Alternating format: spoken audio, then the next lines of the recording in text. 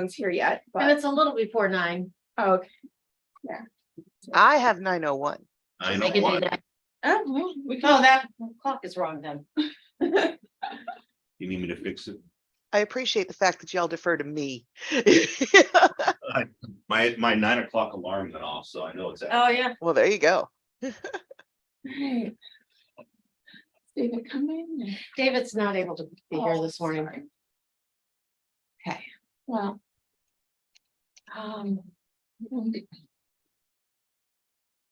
right, well, welcome. I'm glad you all could make it. So,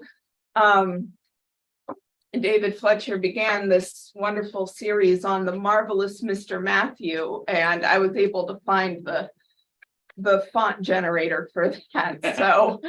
So I wanted to have a sense of cohesiveness to all this. So I got the marvelous Mrs. Maisel font, and this is the part 3, the subversive Sermon on the Mount.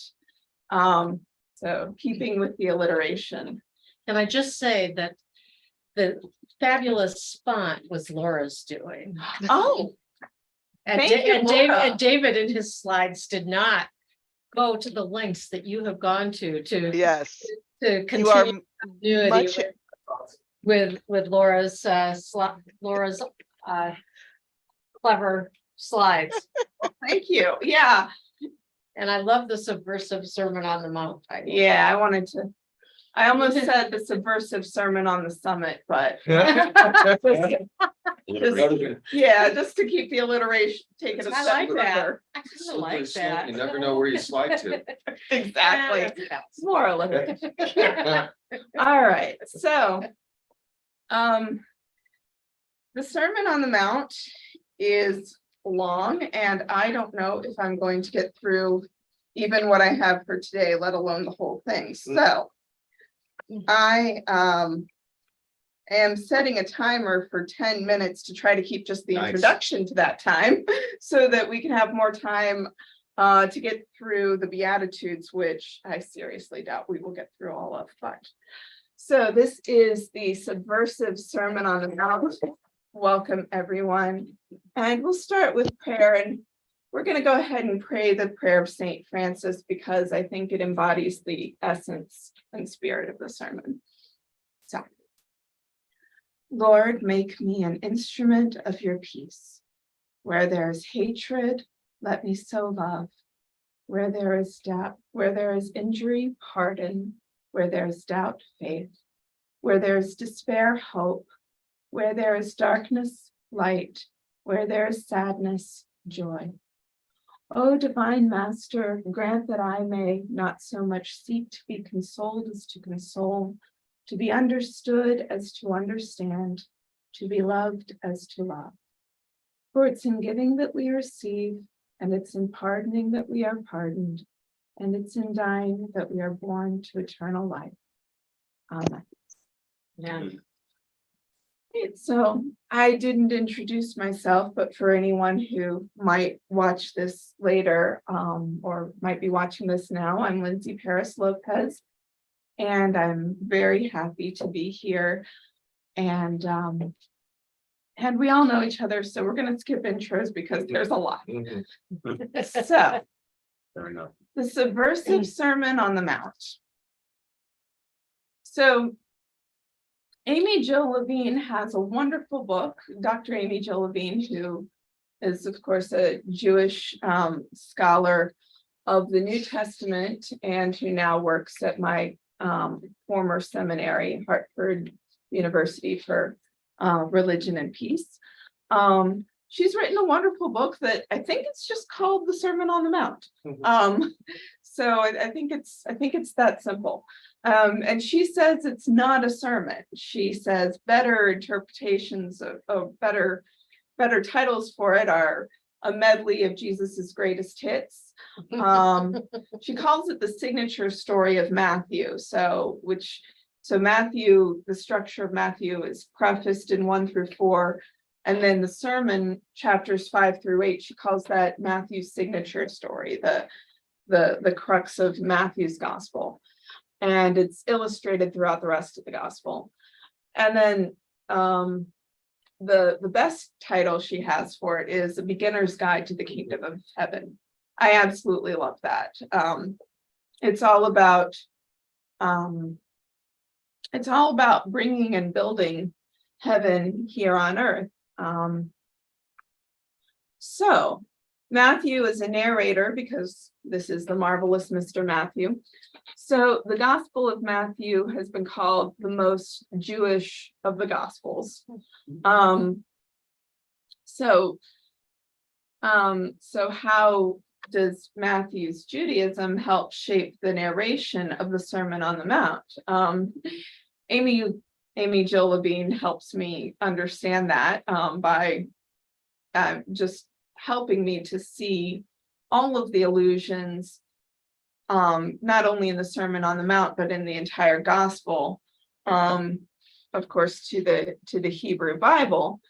And so I will get to some of those as we come to them. And so Amy Jill Levine does not go through the entire Sermon on the Mount in her book. Even a whole book does not do the entire sermon justice. So she only went through about 4 of the Beatitudes, and I used her for some help, but then I did the rest of the finding the Hebrew Bible connections myself. So I think she could have done a better job, but I did what I could.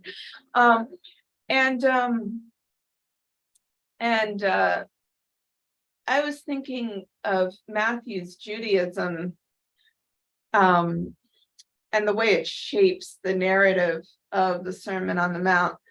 I feel like a lot of what Matthew says I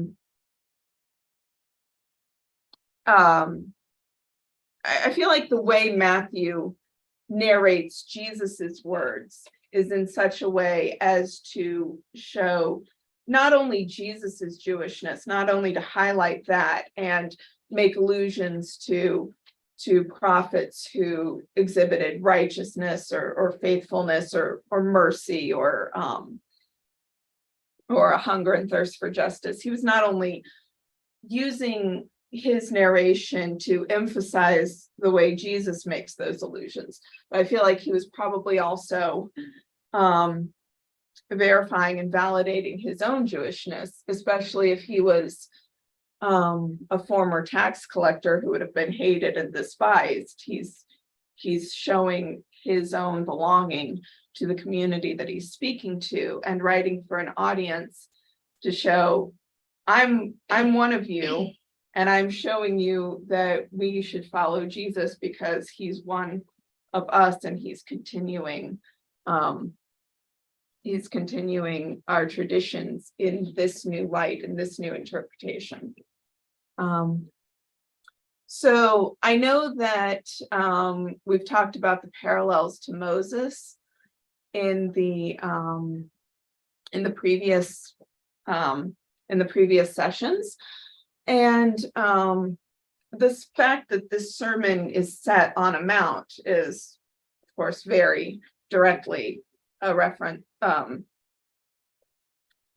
parallel to Moses. And it should remind us of Mount Sinai, where Moses delivered the Torah, because the sermon could be considered an extension or an interpretation, not a refutation of the Torah. And Dr. Levine really emphasizes that as she grew up Jewish, some of the interpretations she heard of the Sermon on the Mount were, oh, this is a correction to Judaism. It's not. It's an interpretation of Judaism that is in line with other prophets, and it's not meant to sever ties or correct Judaism or anything like that. It's not meant to expose anything. All the anti-Semitic interpretations throughout history, we should just throw them out the window and approach this as an extension of Torah, not a refutation. So Chapter 5, we've got 9 beatitudes that flip our understanding of blessing upside down. That's why it's so subversive. And then we've got salt and light, which basically Jesus is saying, you're beautiful children of God, so act like it. And then we have 6 extensions, which are not antitheses. And today we will only get through, I think, some of the beatitudes. In chapter 6, I read the chapter and I said, how could I summarize this? And I think of it as teachings on aligning your inward spirit with your outward self, harmonizing your relationship with God with your relationship with neighbor. And by neighbor, I mean the whole world. And it includes the Lord's Prayer. And then chapter 7, it's teachings on self-awareness, avoiding hypocrisy, and trusting and following God. And it includes the golden rule. And it concludes with the authority of Jesus being greater than the scribes. The scribes are a high bar. Amy Jo Levine just says that the scribes, the Pharisees, they're a high bar. So for Jesus to exceed that is not, that's not a refutation so much as an extension in itself. So, so that is basically what I'm going to, this is all what I'm going to try to do over the next 3 weeks. And so, we'll get into it. I have a quick question. Yeah. That could just take a short answer for now, but if we say we're trying to avoid anti-Semitism and it's not a refutation, it's an extension. Would you say his second half of Matthew 5 is like you heard what I say is like a more hardcore version? Yeah, I think so. And I'm going to try to get to this more next week, and I have to research a little more myself. But I think sometimes when Jesus said, you have heard, it might be like, you have heard, this is like a game of telephone where some of the words have gotten jumbled, and it not so much that it's a correction, but what your interpretation has been based on what you've heard might not be exactly what the law says. Okay. So like if the law does say the divorce certificate, maybe there's a lot of people who like to figure out a way to follow that, be like, oh, I'll just get what I want by giving her a certificate. Yeah. I can do what I want. Yeah. Speaking more to the heart of the issue rather than the letter of the law. Yeah. Sure, yeah. Mhm. The tradition is that the oral Torah was given exactly at the same time as the written Torah. I did not know that. Mhm. Wow. But I'd have to think about everything in that light then. It Okay. almost sounds like what Jesus is saying, don't be so legalistic about the law. The law is good, but you don't have to interpret it in such a legalistic You way. always have to interpret a law. Yes. Yeah, you always, Right. exactly. You Mhm. do always have to interpret a law. There's no such thing as a straightforward, this is clear to everyone Yeah. interpretation of anything. Because that does Um, flip the eye for eye thing, Mhm. whereas more people would say, no, that's an aggressive thing. Mhm. But even that in its time, that was actually saying equality, measure for measure, rather than if somebody hits Escalation. you, I'm gonna cut you. It's like, no, let's go. But Jesus even saying, no, that's even more, just take it, just take it. Just, so that sounds more hardcore. It's not just, first it was getting revenge, and then the eye for an eye is no, you do equal measure. And then Jesus saying, just take it. Well, so it is an extension. The eye for an eye is probably the clearest example. That is an extension of this is clear, not escalation. And at the very beginning of Genesis, we have if Cain is avenged 7 times, Lamech's avenged 77 times. So we see the escalation right away. So that is a very clear no escalation. And then from beyond no escalation to, I say, turn the other cheek and all of that, that is very much, don't even get yourself in a situation where you are even when we try to return on an equal measure, we usually up the ante a little bit. So that's a very clear extension of not going further in the direction of revenge. But an eye for an eye is not about just taking it. Everything that Jesus says there has a subversive element of showing yourself to be an equal and subtly refuting the way the world does things and subtly reclaiming your own dignity. But I will definitely get to more of that Cool. next Yeah. week. I'll Yeah, make yeah. sure that I have Okay. or in 2 weeks, but I'll make sure that I have time for more of that and what Walter Wink has taught me about that. So, Nice. all right, so okay, so the keys to the kingdom, not a council of despair. Again, so Martin Luther referred to the Sermon on the Mount as a council of despair because he said it seems to teach what's impossible to human nature, which is namely loving our enemies and being perfect. I mean, it does say that in the Sermon on the Mount. And Martin Luther's basic point was we can't do what this says, so we should be grateful for the one who can do it all, Jesus, believe in him, and that's what we have to do.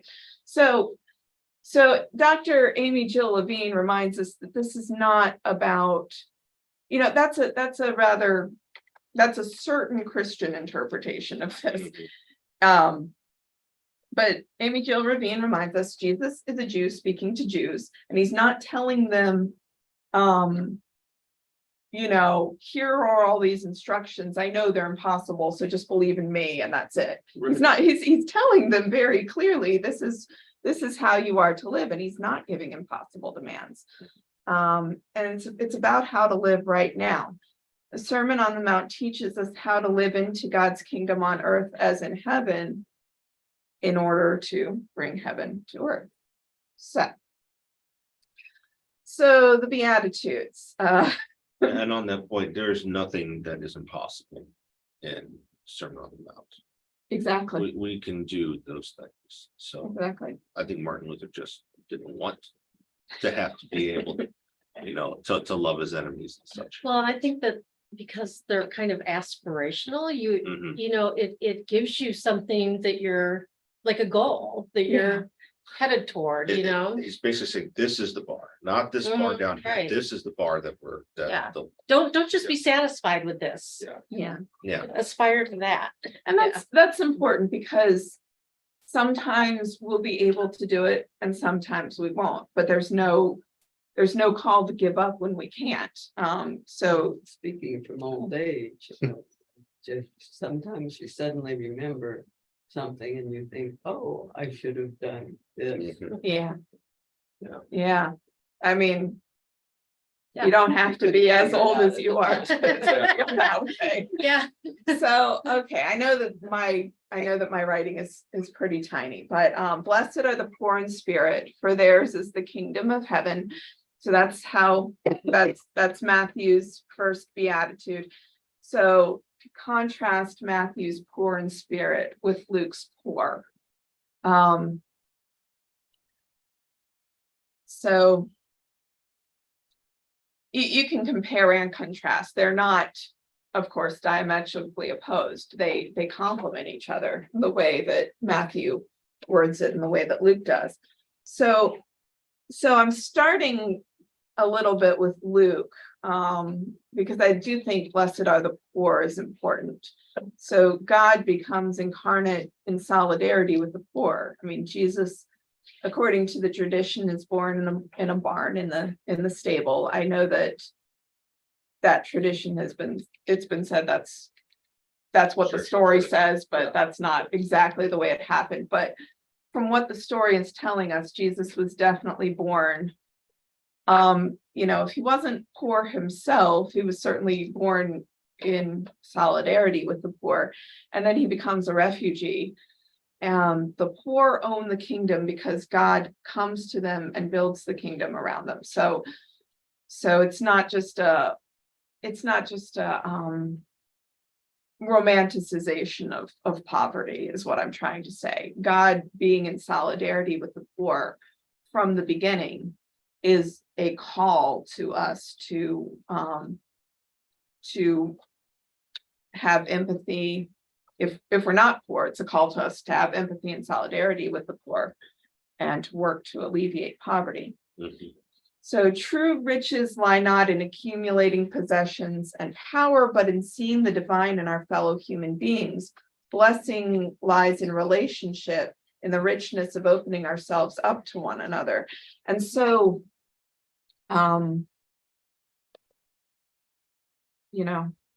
not in accumulating wealth over and against others. So poor in spirit, to be poor in spirit is to stand in solidarity with the poor in an unjust and equitable world. Blessed are those who are restless in a world of poverty and oppression. If that's what poor in spirit means, my spirit is troubled, my spirit is struggling because there's so much poverty and injustice in the world that I can't be content unless I'm helping. Blessed are, so this is sort of my own interpretation too. Blessed are those who struggle to pray in a world that declares God is reflected in conquest and empire. When I've had my own spiritual struggles, a big part of it was thinking that how can I worship a God who might condemn some Mhm. people? Right. And so for me, that was just a matter of me thinking maybe God condemned those who didn't share the beliefs that my church was telling me to believe. But some people look at poverty as a curse, as a punishment. And some people look at their own success as a sign of God's blessing. And if the world is structured to say God blesses the successful, and of course, the Christianity that was exported from the West and from the doctrine of discovery, that was a very conquering imperial kind of Christianity. And so if the message was, God loves us because we're Christian and we will subjugate you and reduce you to perpetual slavery, which are the actual words of the doctrine of discovery, because you're not Christian. Anyone who was like, wait a minute, this doesn't sound right to me. I don't think this is really what God wants. I think that person is blessed. And blessed are those who cannot believe God would condemn anyone to a life of despair. So Jesus reveals God to be precisely where the world tells the poor and the poor in spirit not to look, which is within and among yourselves. I think that's so important. He says the kingdom of God is within you, the kingdom of God is among you, and it's not just look to the leaders. I mean, Jesus is saying, follow me, but he's also saying the Spirit of God is within you. And I think that's just so important and empowering. I think that this is totally tangential, but a contrast between Jesus's words with the divine spirit and the people around him during this time, in the contrast with Pentecost. I think that'd be very interesting. I'm just realizing this right now. Anyway. Well, that would be an extension of the conversation Yeah. that we will have to come to another time. So blessed are those who mourn, for they shall be comforted. So blessed are those who grieve, for great sorrow is a sign of great love.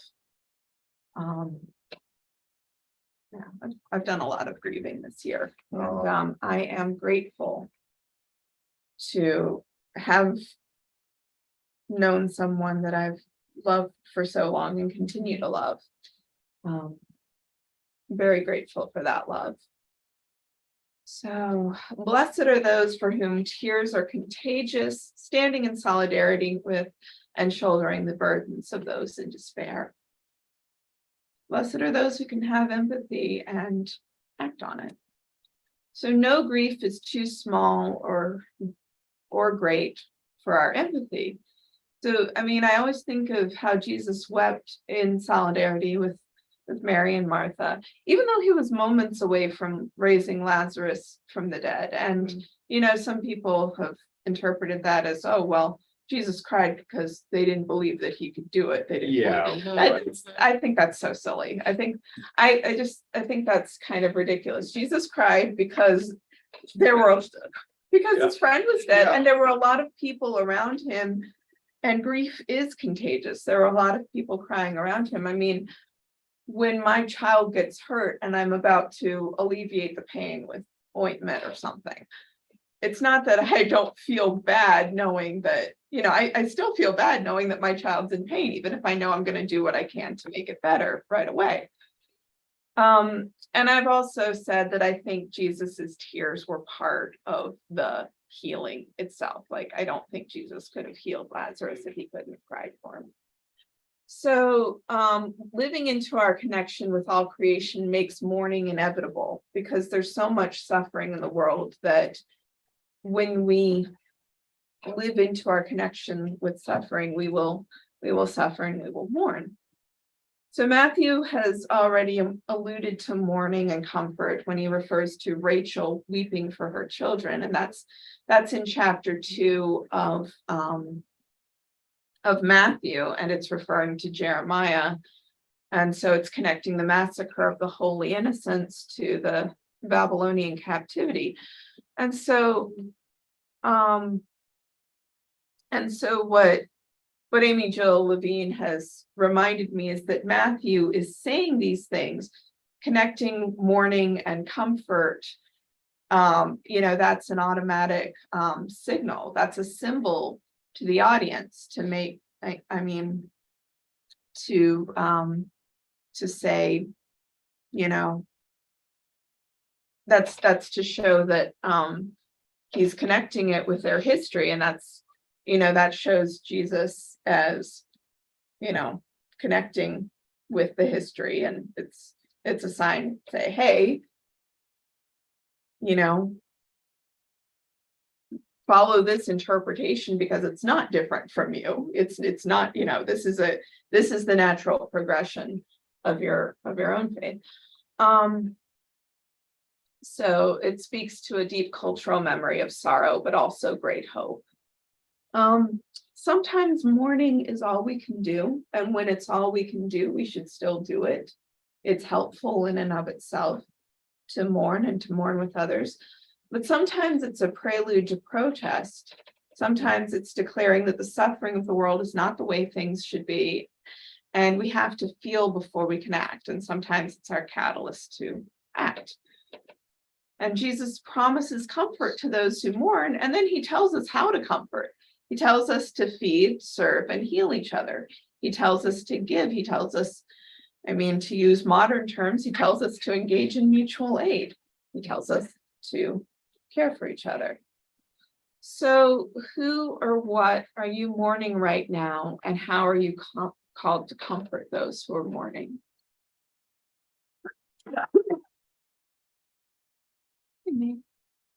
Kelly Brown Douglas, I knew her last name was Douglas, Yeah. that lament, mourning for either for the loss and as a precursor, but in continuum with protest, Mhm. just like the mourning as or sadness as the precursor, as part and parcel of healing or as processing. She does, that's like almost all of her theology is bound up with that. Yeah, she's one of my favorites. Yeah. She's awesome.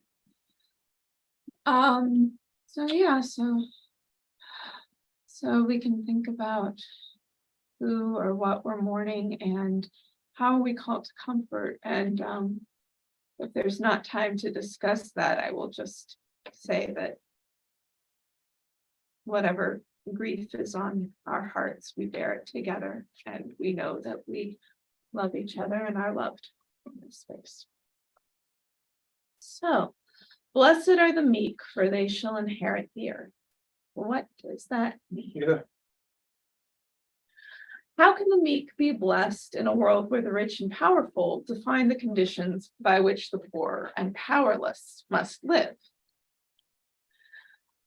Has this verse been abused? Of course, all the verses of the Bible have been abused. Yeah. Probably this one, probably more than some others. So is this a counsel to be a pushover and acquiesce to our own oppression? No, it's not. Food capitalism. Exactly. So meekness is not about being a pushover, it's about humility. It's about acknowledging our interdependence, recognizing ourselves in an interconnected world, rather than setting ourselves over and against others. I realize I'm sort of repeating an explanation to each of the, Yeah.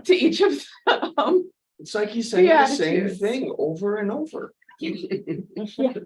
Well, it's really emphasize the message that Yeah. acknowledging our interdependence. I mean, meekness is, okay, so Psalm 37:11, the meek shall inherit the land and delight themselves in abundant prosperity. So again, another symbolic reference to the Hebrew scriptures.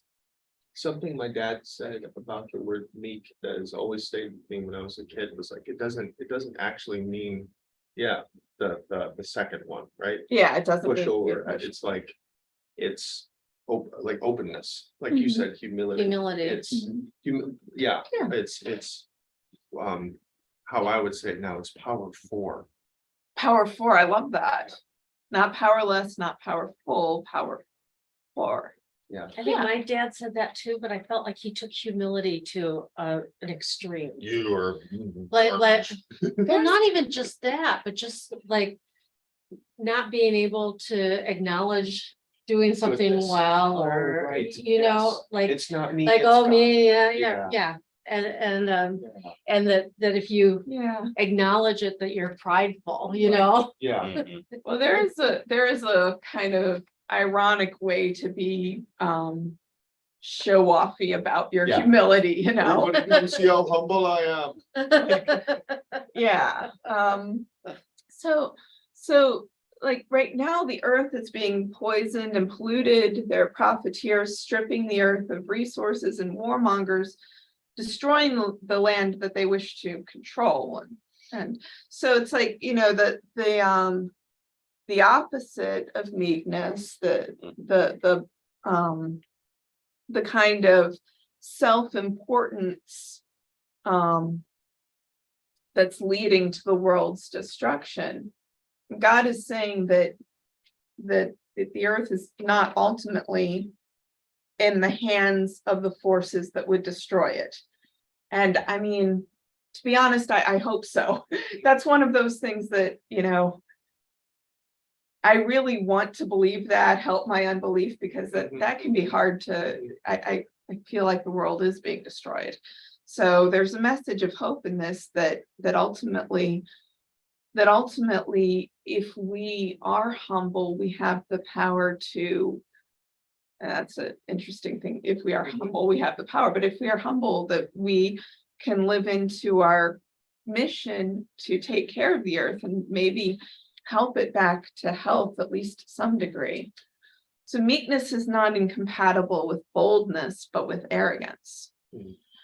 And so I think about the water protectors at Standing Rock and the environmentalists. There are a lot of people protesting Cop City for a lot of reasons, and I approve of all of them. But I put the environmentalists, you know, as the connection to the earth. You know, there are environmentalists who have been protesting Cop City for the way that it's going to strip the land of, you know, strip the forest to build a militarized police force training facility. And what I'm saying now is not against law enforcement officers. I have my own feelings about it, but I do have a very strong feeling against Cop City itself and the militarization of police and using the resources that could go to housing and healthcare and the things that would alleviate the conditions that make for crime. So anyway, people are being arrested for nonviolent protests, and there's been a recent sweeping charge, just charging anyone associated with it, or well, 61 people have been charged with domestic terrorism. So that's but they're standing up to destructive forces. If we want to flip the other way, there's even been a protest with arrests at Burning Man. Oh, And I think that's an excellent study too, because that Burning Man tends to be kind of, you know, a lefty hippie kind of like a attempt at paradise. But the protesters have been saying, hey, and over half of those protesters were former Burning Man participants, but saying, look at what we're doing to the desert. Look at what our lives mhm. are demonstrating. We can, and one person who's trying to get through was like, I've waited this whole damn year to get here. Me like, yeah, you flew over here. Mhm. This is a fun field trip for you. And like I said, about like half the protesters used to be burners Mhm. and saying, uh-oh. What are we doing? Yeah. Yeah. So that's yeah, a lot of it takes courage to stand up for the earth. I mean, it takes courage. So that's not what we would normally associate with meekness, but there's an underlying meekness of, hey, we can't destroy our planet. We're all in this together. So, yeah. So blessed are those who hunger and thirst for righteousness, for they will be filled. So, what is righteousness?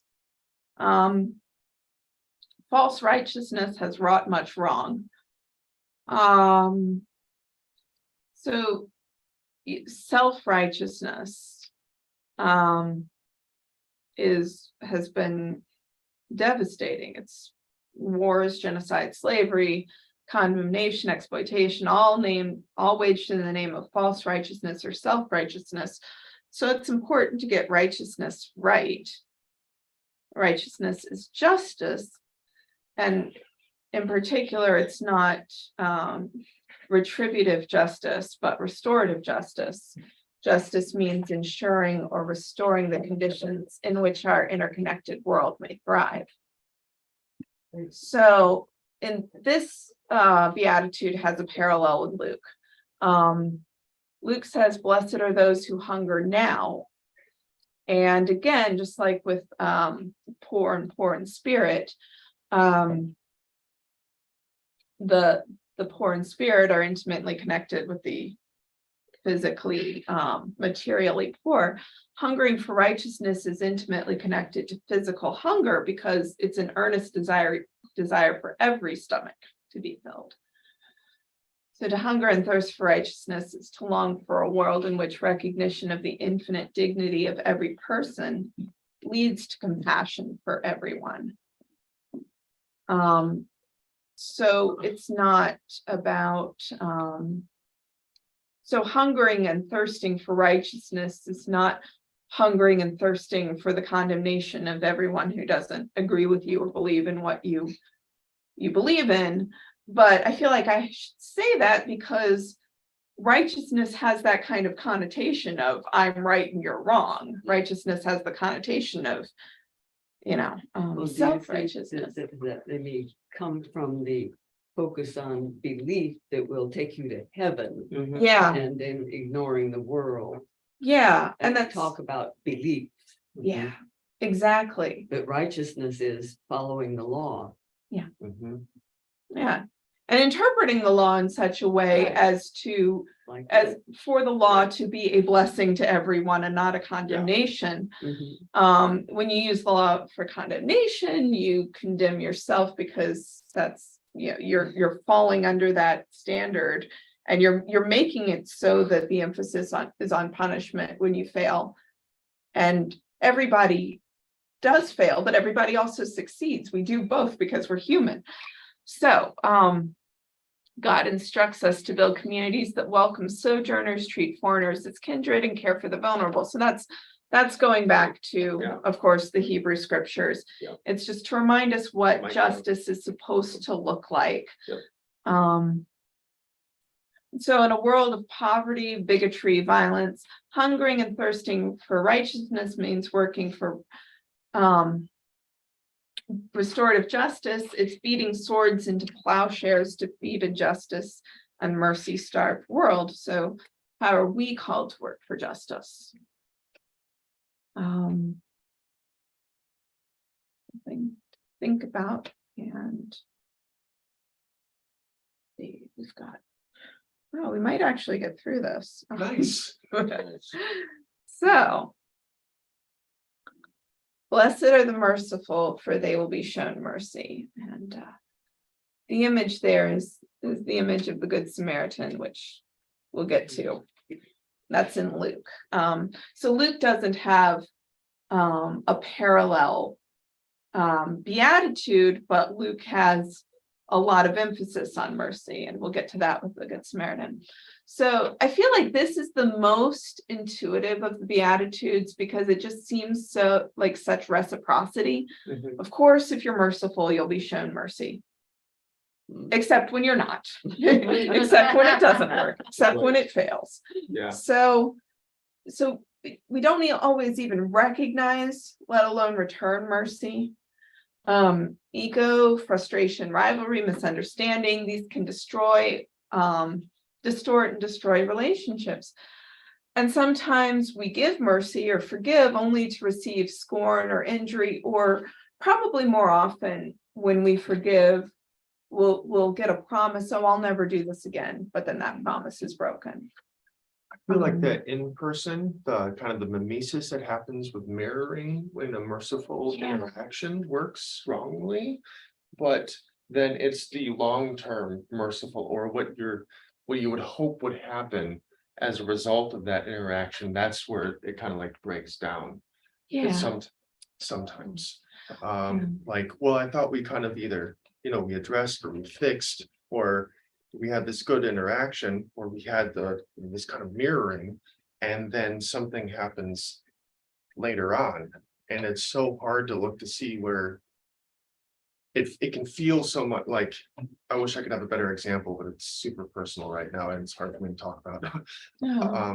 Where you're like, wait, I really thought we did the thing. And then you could have empathy for how that person acted afterward, but it still feels like, wait, that mercy just blew back on me. That just like, was that for nothing? I can understand. Yeah, It's like, so that's, oh goodness, that kind of long, slow. it is. It's really a long, slow, stumbling process, but you're right about how the mirroring happens, the mimesis of it. Usually you don't always receive kindness in return for kindness, but it's even more rare to receive kindness in return for unkindness.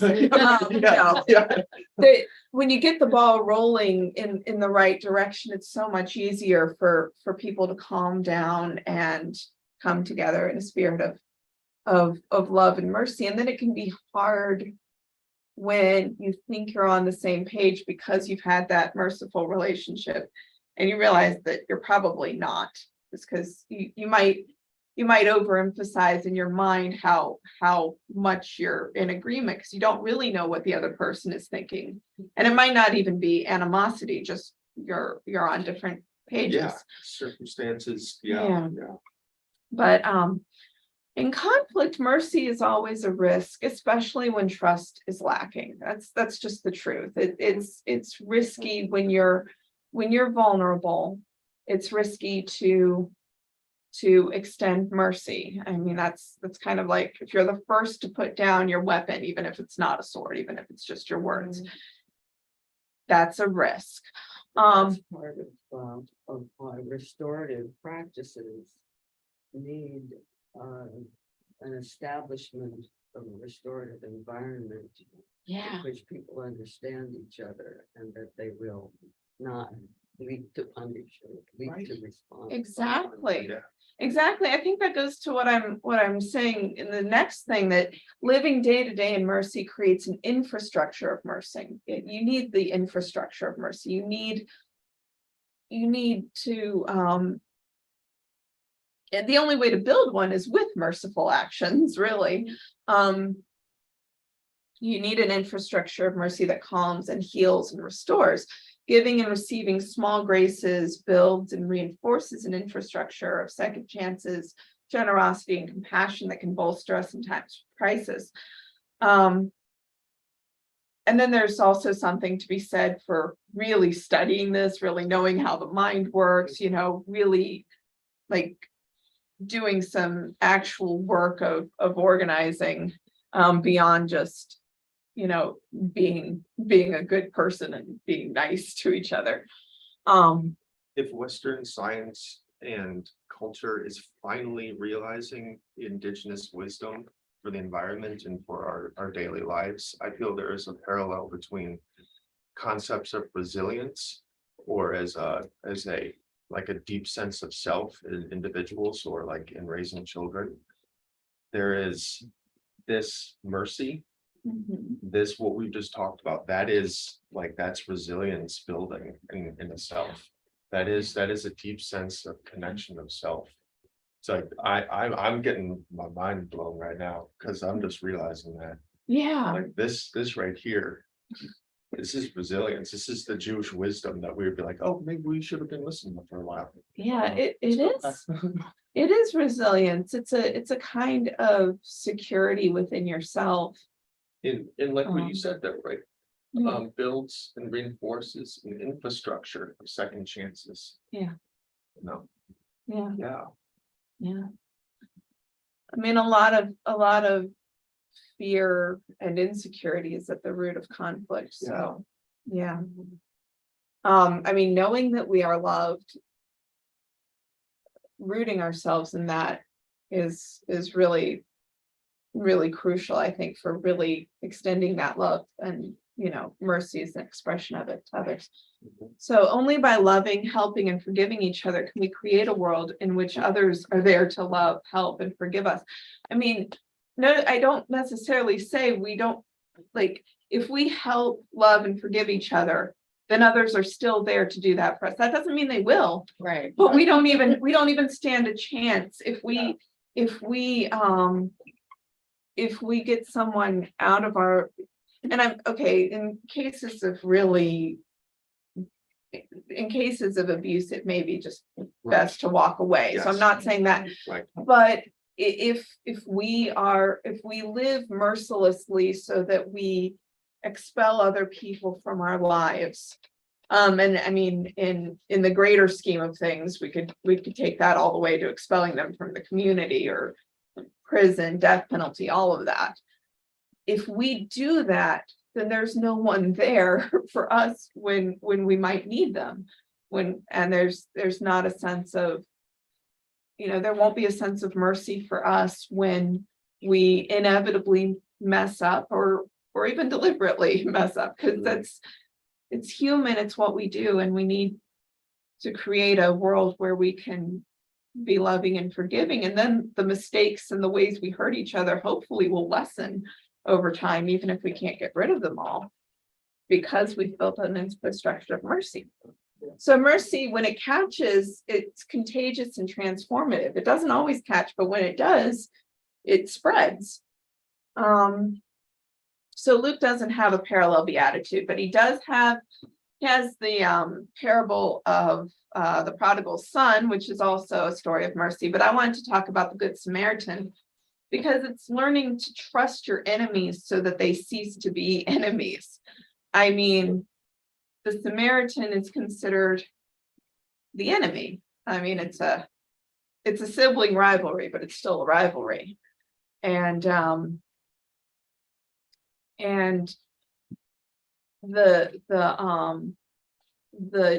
Jewish person in the story who's beaten by robbers and left for dead, I mean, he has to it's not just that this guy comes along and does a nice thing for him, but he has to learn to trust the man whose life his hands are in now.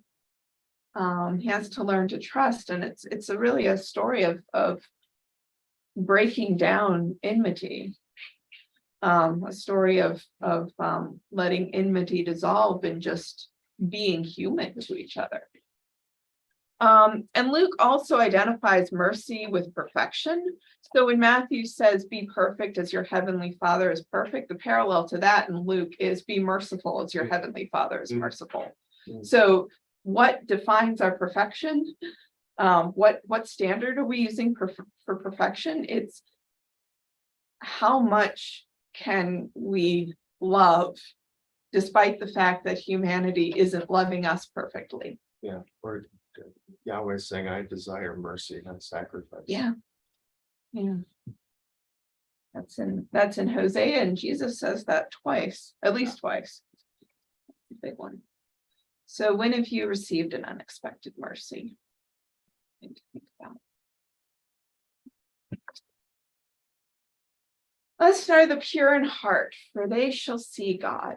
And the story of Jesus with the healing the Canaanite woman, he basically calls her a dog. He doesn't necessarily see, necessarily see her with the pureness of heart. He's human, but she sees her own worth and the potential for Jesus. I feel like that's a pureness of heart that purifies Jesus's heart in that case.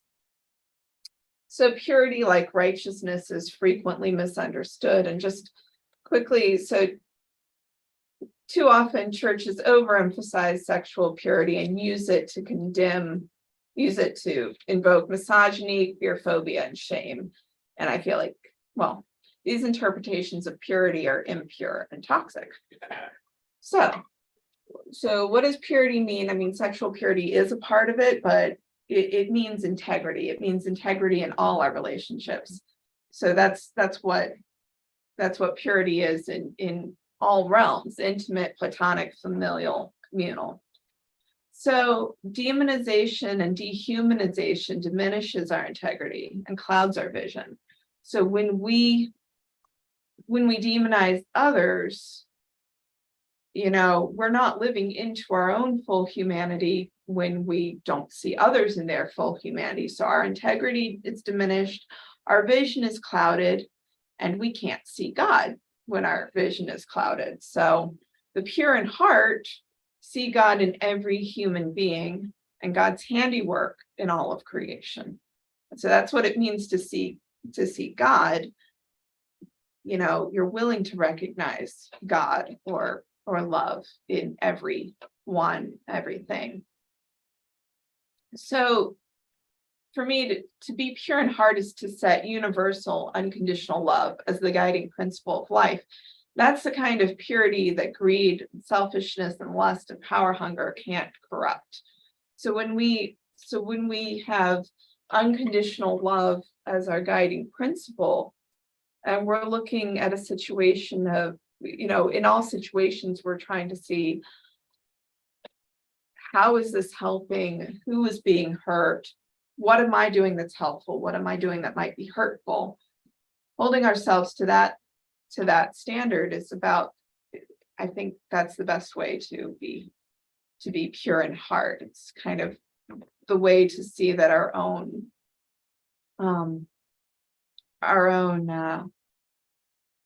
well-being is tied up with that of others. I love that paragraph because it makes me think of, and similar to what you said with the earlier paragraph, we look at like metals. You want to keep a metal pure, and we're all different substances. So my romance looks different than other people's romance. My friendships look other people, but the idea is being true to yourself, to how God made you. Yeah. And the toxicity or the impurities, or what you're like listing there: greed, selfishness, lust for power, lust for control, domination. Like that's what impurity is. Yeah. It's not we're all trying to be the same substance. It's we need to understand who we are and have integrity about it. Yeah, and to extend that, if we try to make another substance more like us, that's definitely Right. making it impure. I mean, that's, but to say we're different substances, but we can and should and must coexist, that's different. Yeah. Right, it is. So, well, I think one of the difficulties with the concept of purity is that it sounds so fragile, like anything that would contaminate it makes it bad forever. Purity is not fragile. It's not lost forever when mistakes and sin are made, because love is continually able to purify us. So if we give in to fear, and so I think I worded this a little bit confusingly, love can purify us despite giving into fear or selfishness. If we fall into fear or selfishness and become impure, love can make us pure again. So when has love opened your eyes to the image of God in another human being? Blessed are the peacemakers. We have a little bit of time left. So I said peacemakers, not peacekeepers. So I'm thinking in that case in particular of like soldiers as peacekeepers, although there are different ways of keeping the peace. And I'm not saying God doesn't bless them. I'm saying this beatitude is a blessing on the peacekeeper, on the peacemakers. There are times when it's necessary to have people who can help ensure a fragile new peace at the end of war, but often people who are sent as peacekeeping troops, often they do abuse their mandates, go beyond what they're supposed to do. But at any rate, Jesus is speaking to the peacemakers who are making a whole new system of peace and not keeping the peace of the status quo as it is. So, Well, even beyond that, just in how the daily life sort of set up, being a peacemaker, someone who like diffuses conflicts and gets and removes the hatred just naturally with the way that they conduct themselves, the way that they live. I think this speaks more like turning the other cheek than anything else. It's not about revenge, it's about creating an environment in which there's no animosity. yeah. Exactly. So Jesus says, I do not give my peace I give to you. I do not give as the world gives. And then I put Martin Luther King's a negative peace, that not a negative peace that is the absence of tension, but a positive peace that is the presence of justice. That's from the letter to the Birmingham jail, letter from a Birmingham jail. So one of the ways that peace has been made throughout history is by uniting against scapegoats and enemies. When there's rivalry within a nation, I mean, 9/11 was an example of this, but definitely there were people left out of the unity of coming together. But everyone talked about how, we were all one nation on 9/12. Because we had just been through this crisis. So we are united to get the enemy. Or like the movie Independence Day, where the whole world comes together to fight the aliens. Yeah. I actually like that better. Yeah. Because there is a real existential threat to the earth and everybody really is in there. It's still using violence, but it would have been nice to just, meet the alien and say, hey, we're part of one universe, don't destroy us, let's work together and be friends. But That's Arrival. That's the movie Arrival. oh, okay, thank you. I'll look into that. But that's an example of peace being maintained through unity over and against someone else. Scapegoats, by the way, are not always innocent. Sometimes we have real reason to come together against others. But what scapegoats do is they deflect our problems rather than solve them. There isn't any real justice when we unite against a scapegoat. There isn't any real solving of underlying problems, but there is a sense of there is a sense of bonding, and that can solve some problems. So I don't mean to contradict myself, but the underlying conditions that created the problems are still there and still resurface. It's not real peace, and yet the world has made a kind of false pseudo peace over and over and over again by people uniting against enemies. Also, suppressing uprisings with the threat of violence, even if that threat is never actualized, that's not true peace either. Keeping the status quo intact may prevent violent rebellion, but it's not true peace if there are people being oppressed and suffering. That's not true peace. True peacemaking is building a world in which we love, nurture, and care for each other. So that's true peacemaking. Peacemakers see the light of God in the most vulnerable and in the scapegoats and enemies. Even when the scapegoats are guilty, even when the enemies are guilty, peacemakers see that they're still human, and the light of God is still in them. Peacemakers not only see the light of God in the enemy, but also in the way we fall short of living into the image of God ourselves. So peacemakers see the light of God. Peacemakers see the way that we fall short of living into our full selves as the image of God. So peacemakers are whistleblowers, peacemakers are prophets, protesters, organizers, mutual aid givers. And before peacemakers are called children of God, they're often called cowards, useful idiots, traitors, enemies, or even terrorists. I mentioned Cop City earlier.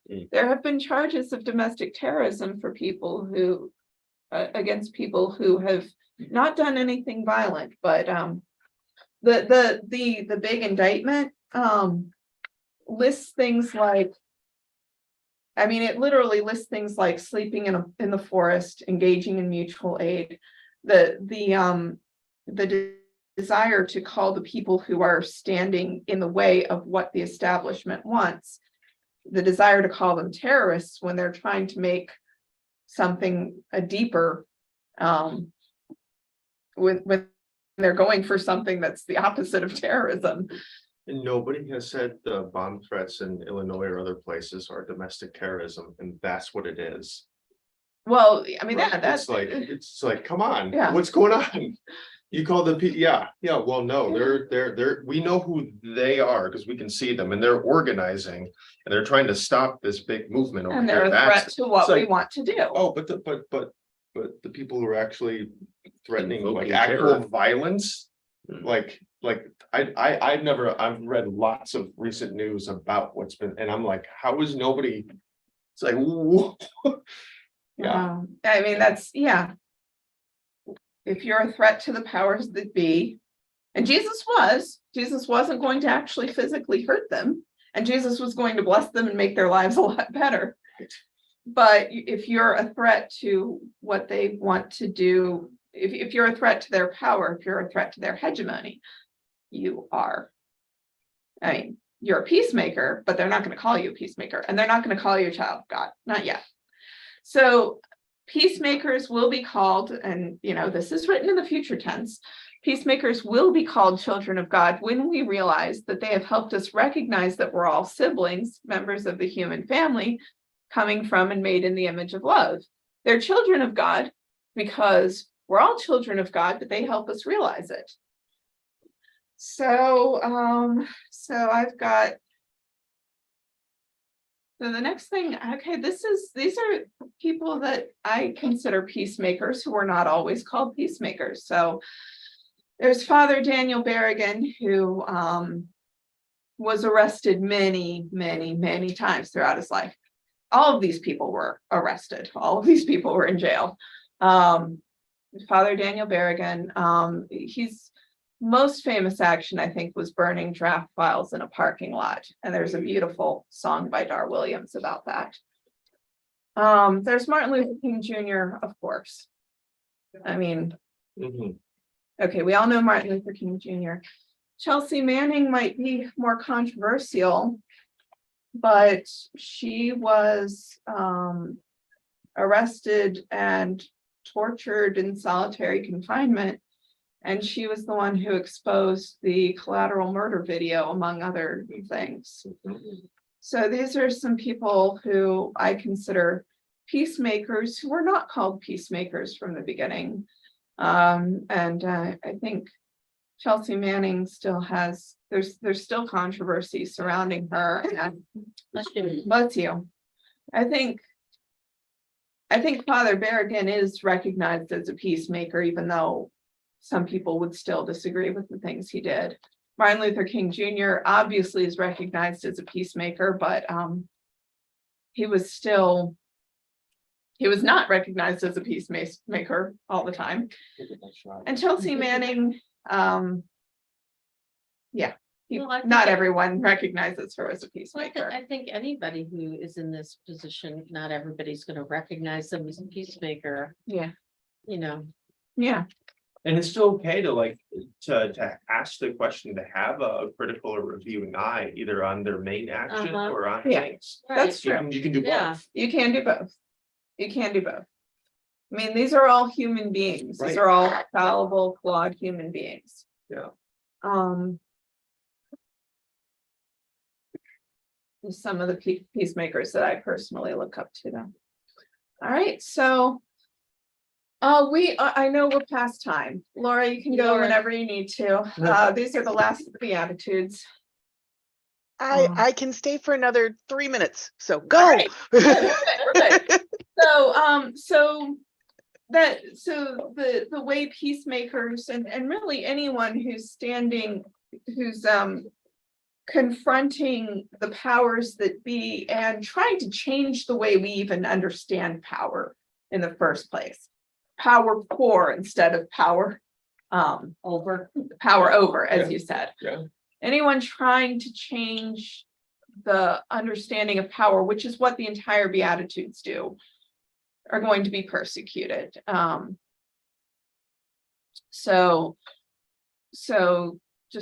just shown 3 people who were very famously persecuted, and blessed are those who are persecuted because of righteousness, theirs is the kingdom of heaven.